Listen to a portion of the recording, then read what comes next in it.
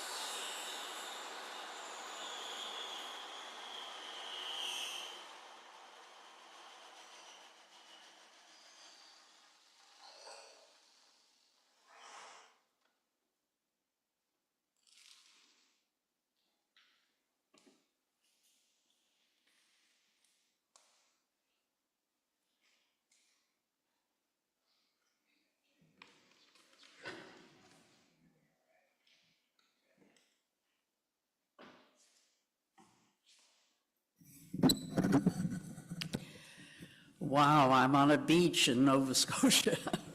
Thank you, Jesse. That was lovely.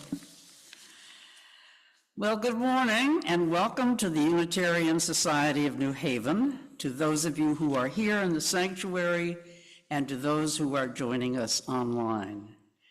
I am Gwen Hughes Severance, your worship associate today, and my pronouns are she and her. If you're joining us for the first time, welcome. We're so glad you chose to spend this time with us. We are a diverse, multi-generational faith community that inspires lives of compassion and generosity, nurtures spiritual growth, cultivates transformative connections, and creates a more just world. This is a congregation that believes that Black lives matter and that all people are inherently worthy. Please remember that the first few rows on my right over here are reserved for those who choose to mask. And please today stay after the service for a barbecue lunch and ice cream social provided by the Connections team. There will be an LGBTQ plus welcome space in room 208 after the service, so please feel free to grab food from the barbecue and head upstairs for that. And finally, there will be space in our social hall for those new or newer to USNH to meet with members of the Connections team. Look for a welcome sign. You can also find out more about us by going to our website, usnh.org, or contacting us by email at membership@usnh.org.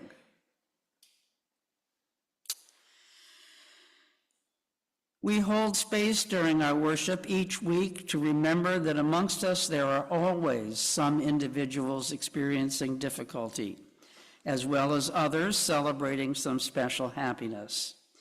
We hold it all in a community of caring, knowing that those joys and sorrows of which we are made aware are only a fraction of our collective experience. Whether your joy or sorrow is shared or not, we take this moment to honor and hold each and all of us. We are deeply grateful for those who make today's service happen. Beth Roth and Jesse, Rob Cam and Paul Trotta, our tech team, our Sunday morning welcome team, and the Connections team. Let us note that the ongoing work of our community requires our collective effort and shared generosity. Ushers will be available in the back of the sanctuary after the service to receive plate donations. You are also invited to text a donation as explained in the order of service, or to mail a check here to 700 Hartford Turnpike, However you choose to support this community, your generosity is sincerely appreciated. And now let me invite Beth here to light our chalice.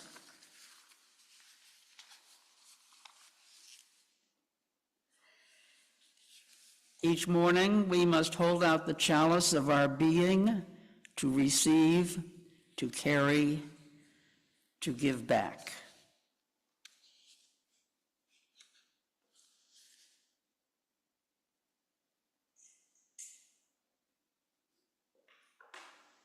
Thank you. Covenant lies at the center of how Unitarian Universalists gather in community.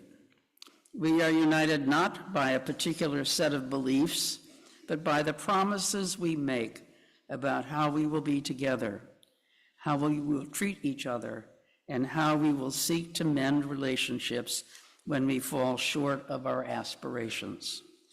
While the following words express our intentions, our true covenant law lives and breathes in our actions. So please join me now in reciting the words that appear in your order of service or in the chat on the live stream. We covenant together to create and nurture a culture of respect and kindness, and to engage in the spiritual and everyday practice of loving more generously. To this end, we will strive to be open, value differences, listen deeply, use kind language, speak our truths, work with conflict, seek humor and joy.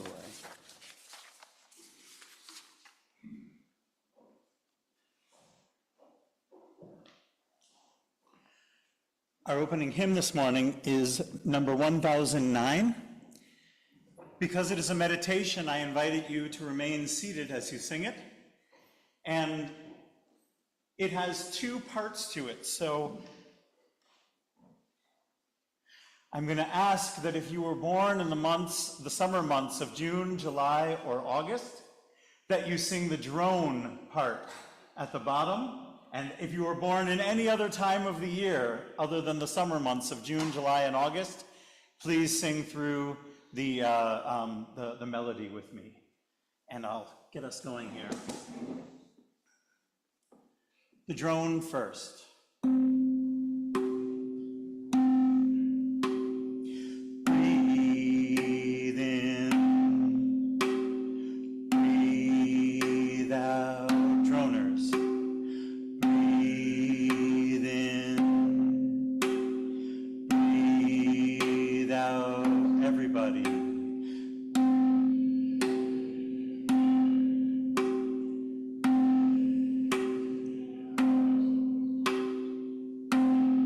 When I breathe in, I breathe in peace. When I breathe out, I breathe out love.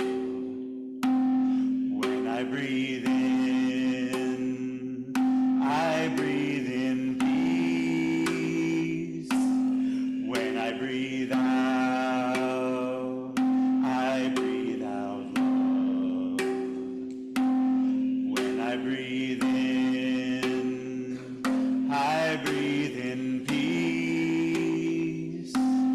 When I breathe out, I breathe out love. Last time. When I breathe in, I breathe in peace. When I breathe out, I breathe out love.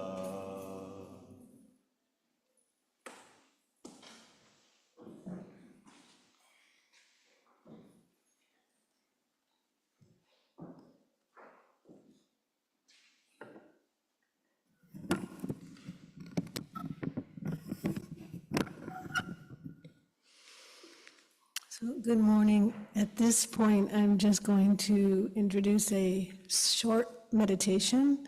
The meditation is from the Buddhist tradition, and it's for cultivating equanimity. In little later in the service, I'll be exploring more the meaning of these words and the practice. So I'm going to just say a couple of phrases, 3 phrases. I'll say them each twice, and then we'll hold silence for you to just reflect on those phrases in whatever way feels resonant. So the first phrase of equanimity meditation is, may I accept things as they are. The second phrase, may I adapt with ease to changing circumstances. And the third phrase, may my heart grow peaceful. So I'll just repeat them. May I accept things as they are. May I adapt with ease to changing circumstances. May my heart grow peaceful.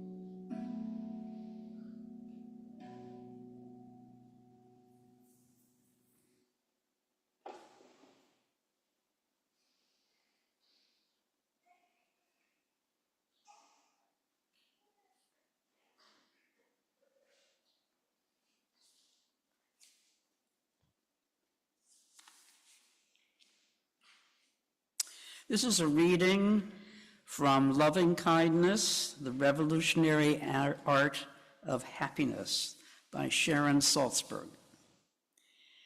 In 6 months, even in one day or 1 hour, we can experience so many extremes of pleasure and pain.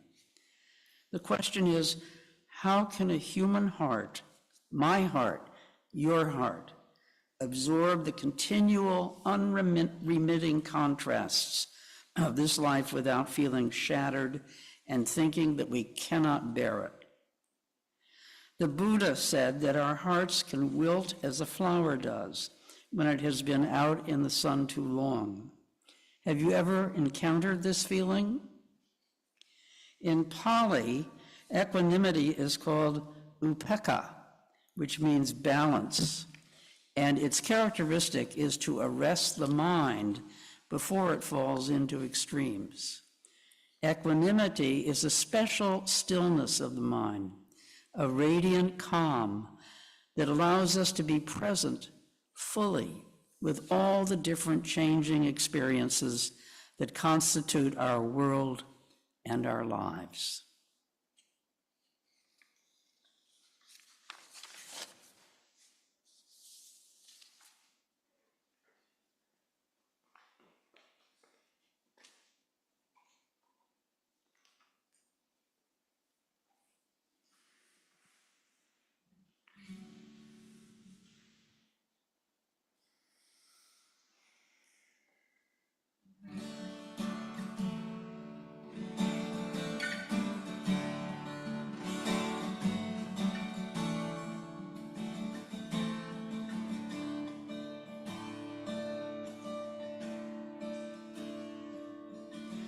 Words roll off the tongue and bounce off the mountain peaks. Prayer of peace and love is the language that we speak. Spinning on the wheel we give our prayers up to the wind. They spin and dance and join, become the world we're living in. With this eye I try to see through walls and take a good look around. My head is in the sky, my head is on the ground. And breathing in the smoke and air of things gone right and wrong. But when I exhale, I turn it all into song.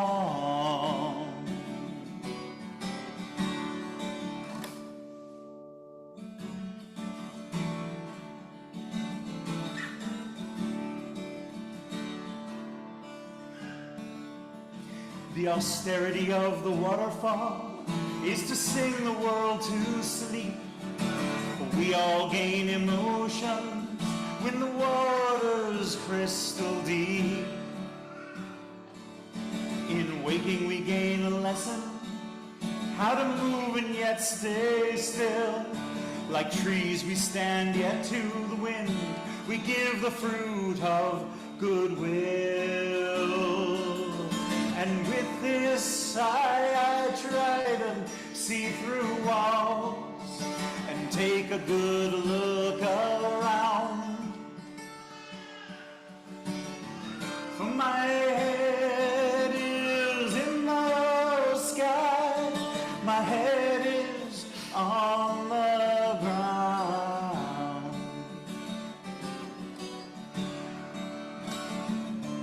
Breathing in the smoke and air of things gone right and wrong. When I exhale, I turn it all into song.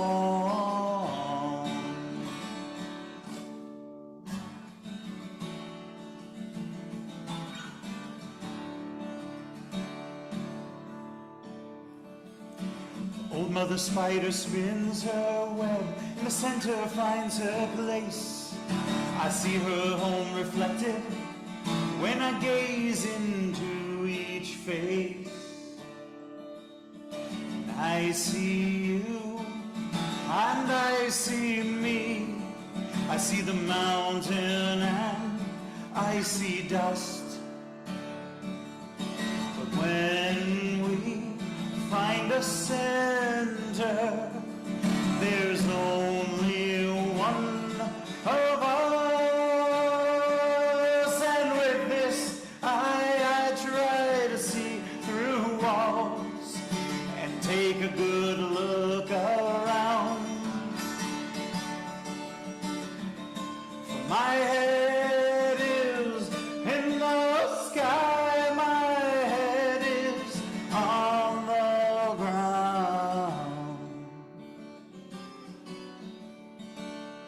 And breathing in the smoke and air of things gone right and wrong. When I exhale, I turn it all into song.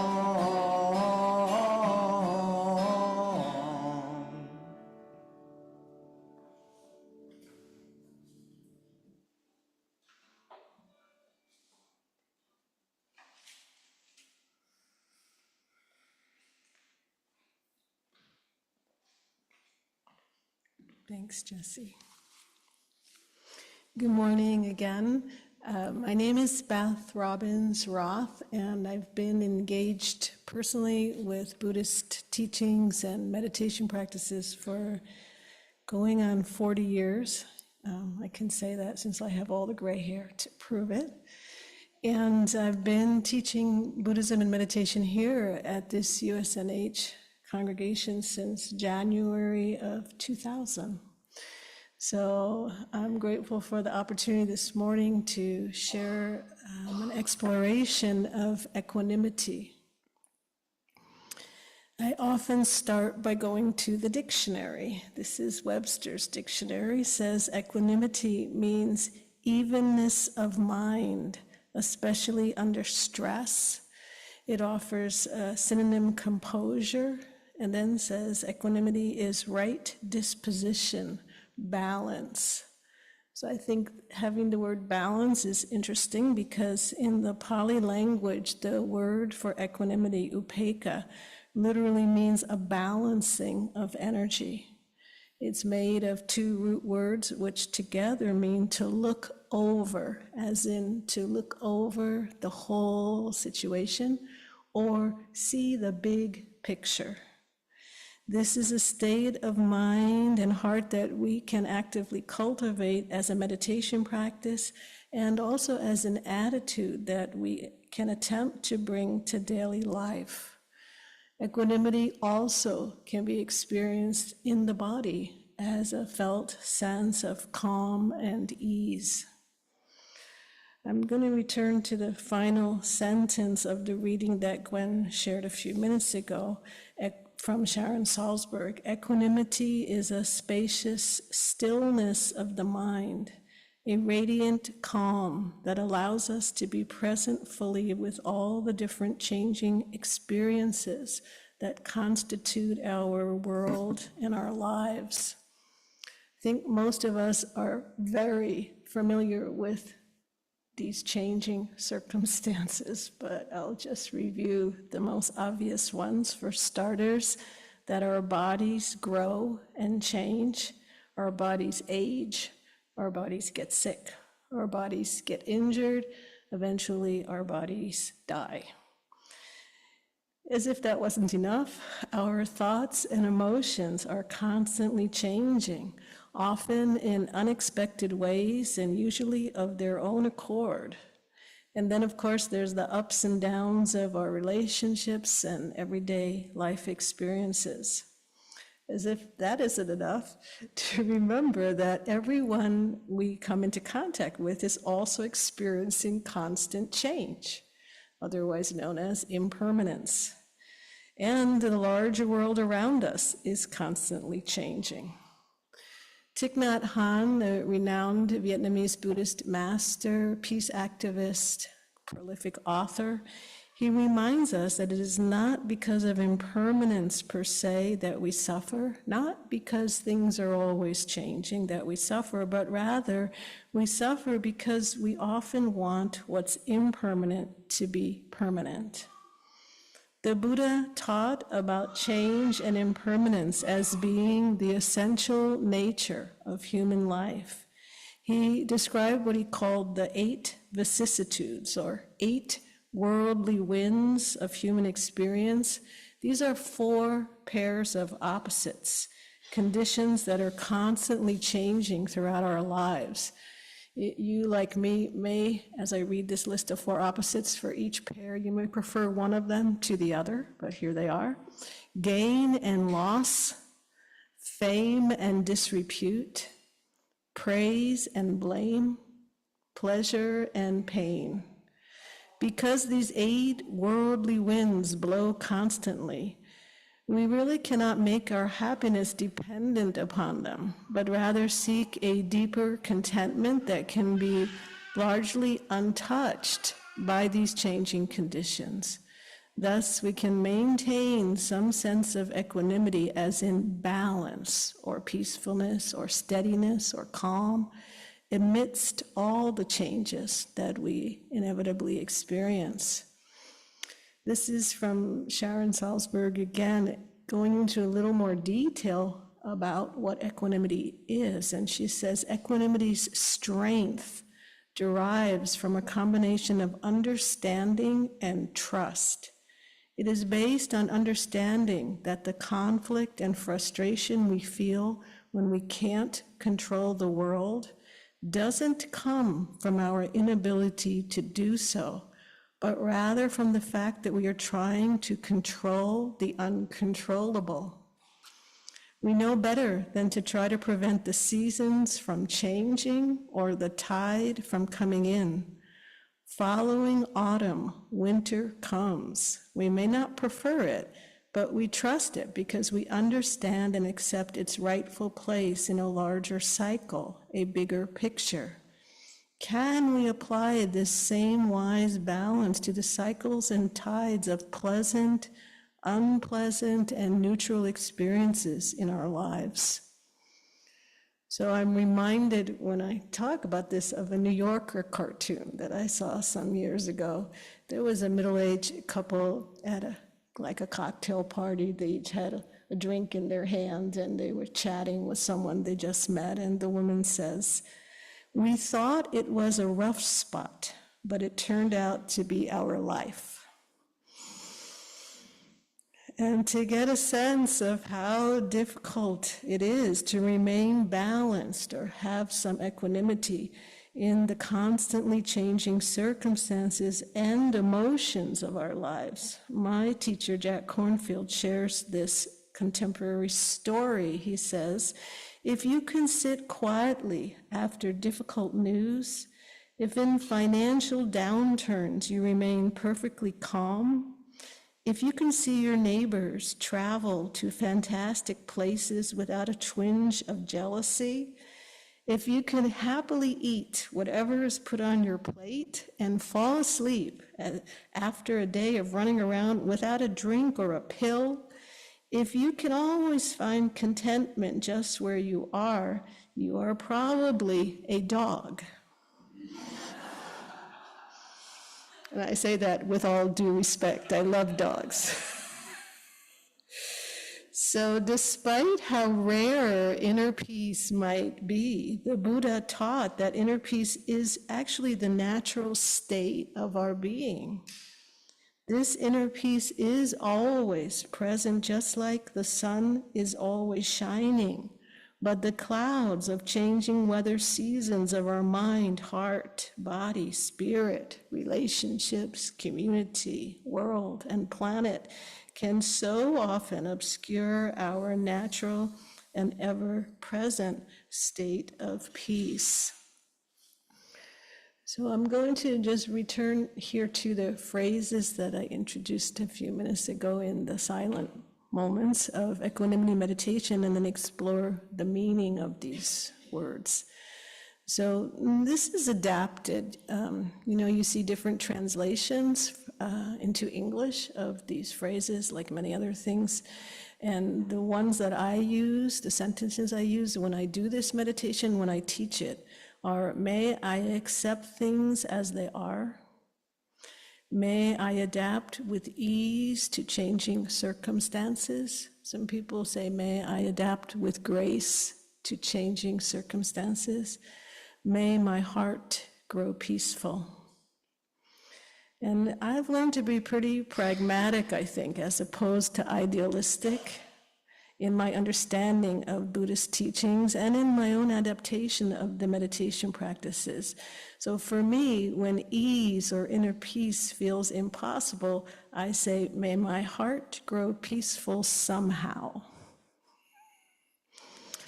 So a few decades of practicing and teaching about equanimity has shown me that this word accept, as in that may I accept things as they are, it's really loaded, it's charged, it's very misunderstood, and I think it interferes with us engaging with the practice. A clear and more accurate understanding of what it means to accept provides a better foundation, I believe, for inviting greater equanimity into our lives. So here's the confusion or misunderstanding I've seen about this word, is to accept means to approve, or alternately to be resigned and passive. And really acceptance is neither of these things. It's not to approve, it's not to be resigned or passive.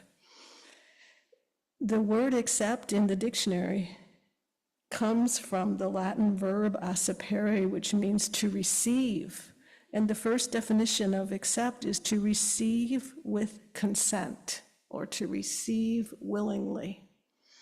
Consent is related to the Latin verb sentire, which means to feel. So I look at this and I think, well, maybe in acceptance there's a willingness to feel, as in to see or acknowledge or recognize whatever is present and true in any given moment.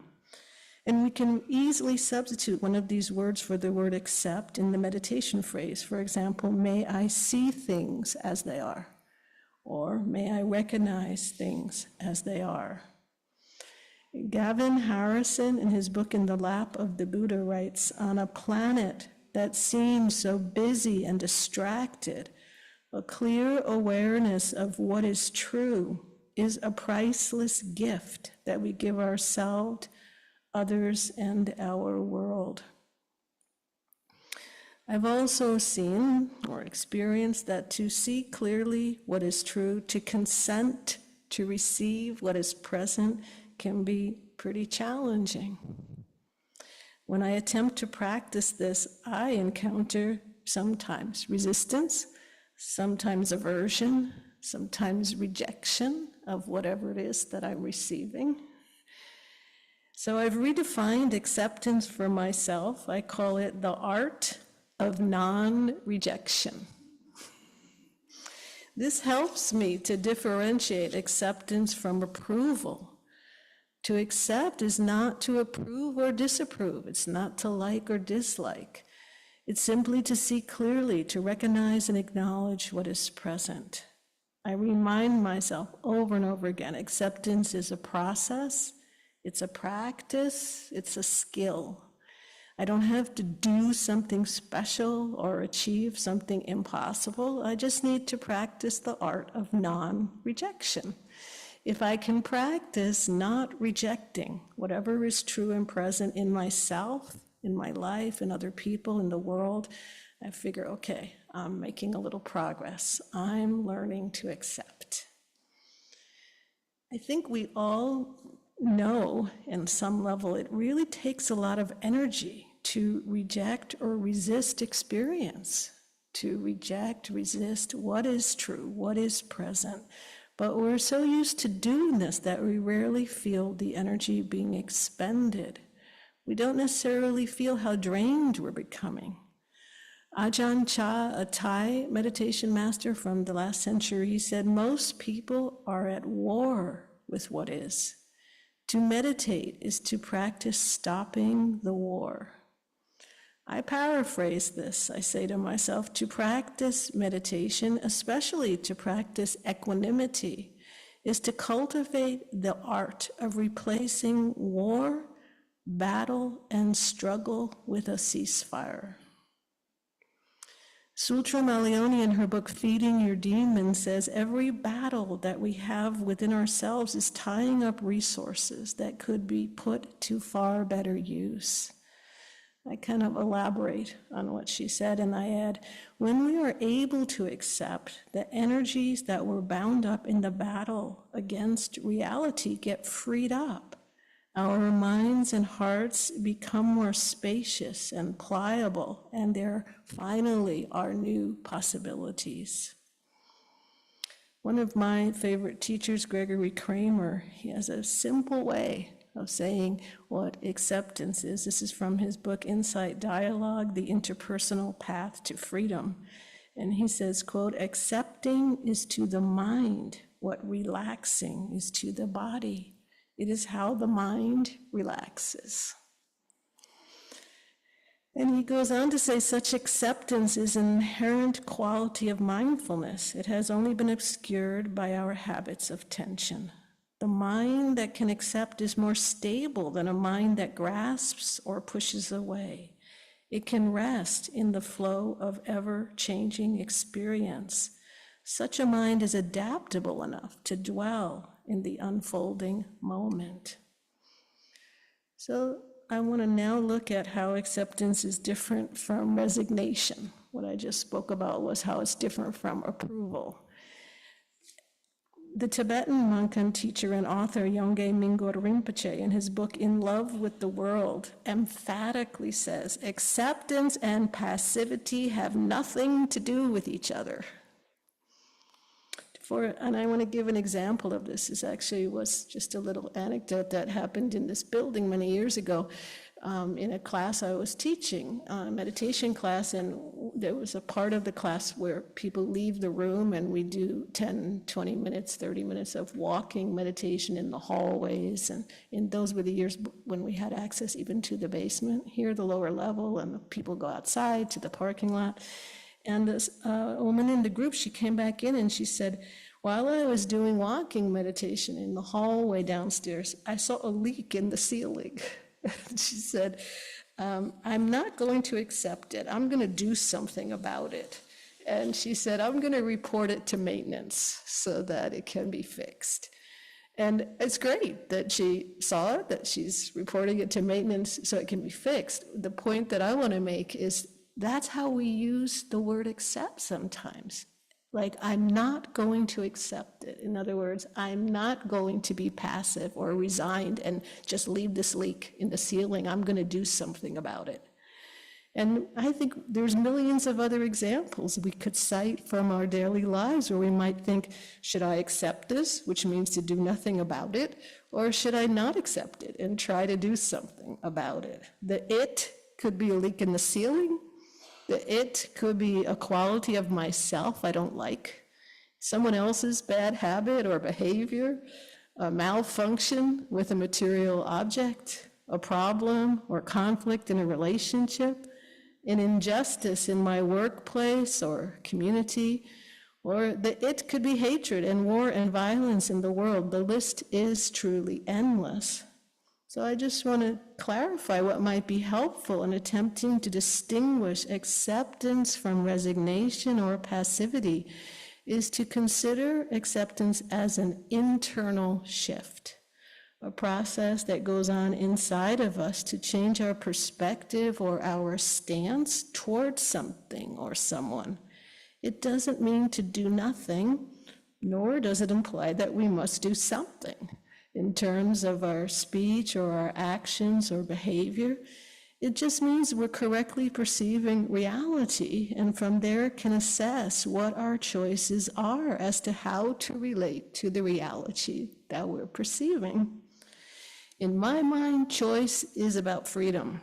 And I think it's true what Tara Brach says, the barrier to what we can accept is the barrier to our freedom. So I'm going to end my talk here with a quote, and then I want to repeat the phrases of the meditation, allow a little silence, and just see how the words of the equanimity meditation might feel at this moment after, kind of hearing more about what they mean. This is from Sharon Salzberg's same book, Loving Kindness. She says, "It is a state of peace to be able to accept things as they are. This is to be at home in our own lives. We see that this universe is much too big to hold on to, but it is the perfect size for letting go. Our hearts and minds can become that big, and we can actually let go. This is the gift of equanimity." So I'm going to just reintroduce the phrases of the practice, and the way I'll do it this time, I'll say the phrase, and then I'm going to repeat that phrase silently to myself so that I know that I've left a little space for anyone who wants to say the phrase again silently in your own mind. You can, or just to hear it and not repeat it to yourself, that's fine as well. You might also check in as you hear these phrases or say them, what happens in the body. Our nervous system is listening in to everything we think, say, do, everything that happens around us, and the body responds and give us more information. So the first phrase, may I accept things as they are. And with due respect to the difficulties of the word accept, here's an alternate phrase, may I see things as they are.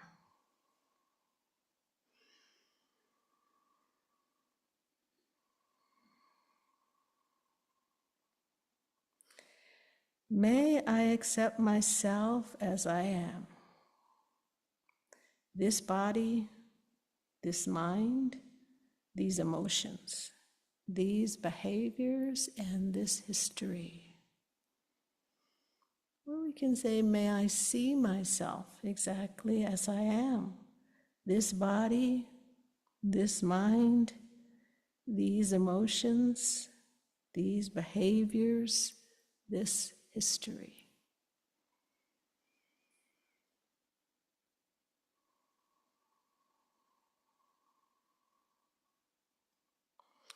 May I adapt with ease to changing circumstances.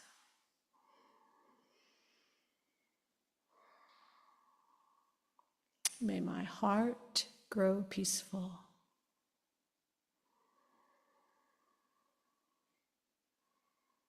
When we do this as a meditation, we might do it for 10 minutes or 20 minutes or 30 minutes or an hour. We might just say the phrases over and over again slowly. Notice when the attention wanders elsewhere, come back, start again. So I'll just say them one more time. May I accept things as they are, or may I see things as they are.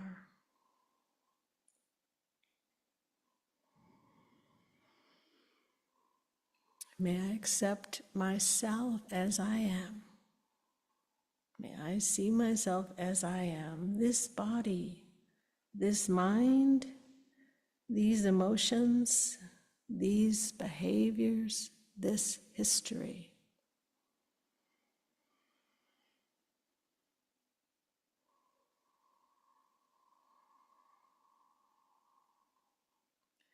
May I adapt with ease to changing circumstances.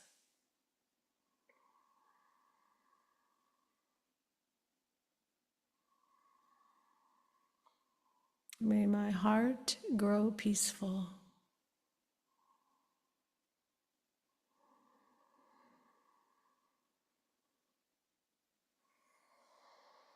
So thank you for your attention.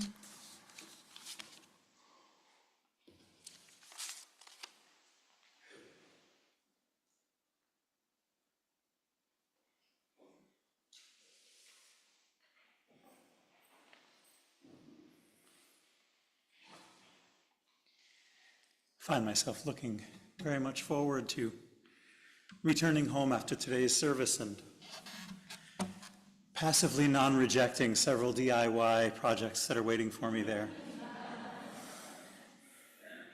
Would you all please rise in body, in soul, in heart, mind, and sing with me hymn number 1007, There's a River Flowing in My Soul.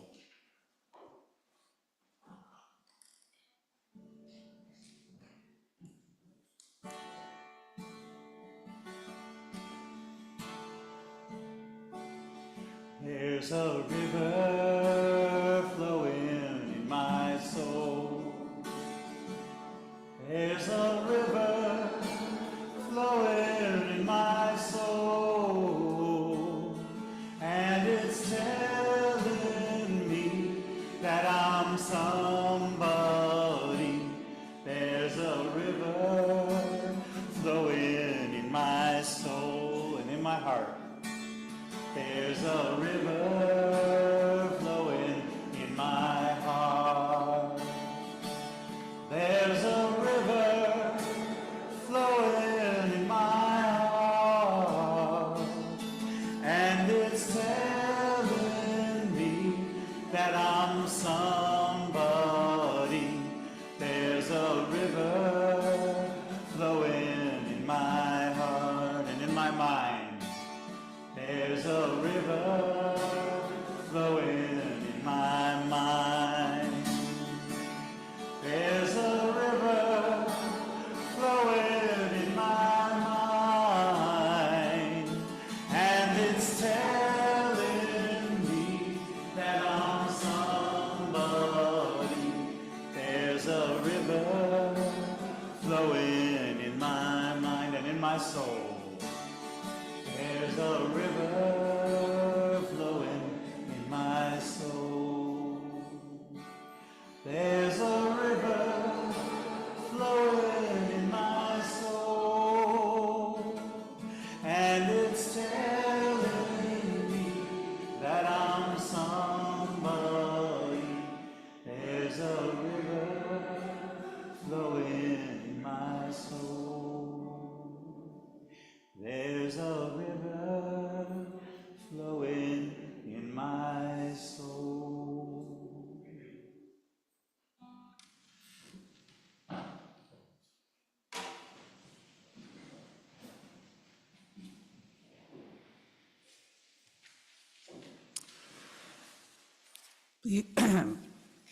Thanks, Jesse. Please recite with me the words in your order of service for extinguishing the chalice. We extinguish this flame, but not the light of truth, the warmth of community, or the fire of commitment. These we carry in our hearts until we are together again.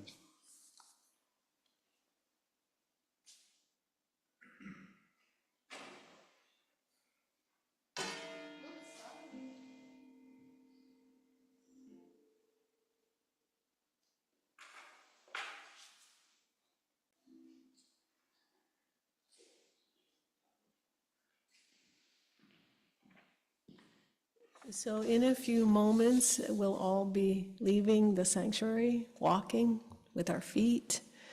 I want to share with you also from Thich Nhat Hanh. He used to say, think about it. Every footstep you take, you're leaving a footprint behind on the earth. What kind of footprint do you want to leave behind? Agitation or peacefulness? Discontent or contentment? So I encourage you as you walk out of the sanctuary to really just pay a little extra attention to your feet. Imagine each footstep as it, pick that foot up. You're leaving a like a footprint behind, and a little bit of peacefulness as a contribution to the community and the world. Thank you.